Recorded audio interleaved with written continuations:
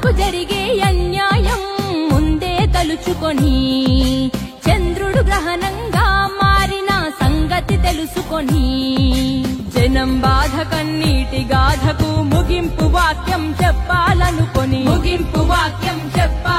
రాజన్నకు రెండో రూపంగా నిలబెట్టాలని దేవుడు పుట్టించాడా ప్రజల మనిషిగా. రణజన్మే నీది, కారణ జన్మే నీది, రణజన్మే నీది, కారణ జన్మే నీది. ఏలే యాలా జగనే ఏలాలా, అరనేటు రేపు ఎప్పుడు నువ్వు మా ఏలికలుండాలా.